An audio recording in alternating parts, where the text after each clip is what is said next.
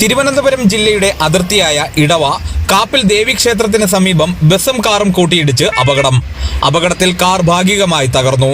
വാഹനത്തിലുണ്ടായിരുന്ന അഖിൽ, വിൻസൻ, ഷാനവാസ് എന്നിവരെ വർക്കല താലൂക്ക് ആശുപത്രിയിൽ പ്രവേശിപ്പിച്ചു. ഇതിൽ ഒരാളുടെ നില ഗുരുതരം.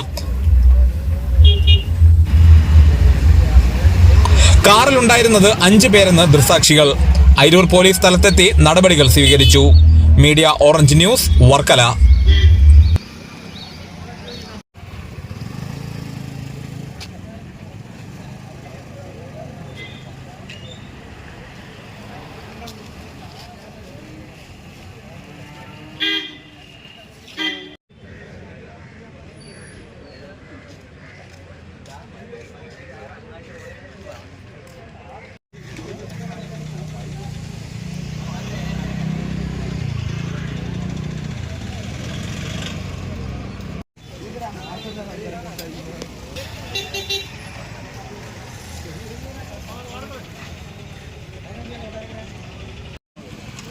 അവസ്ഥ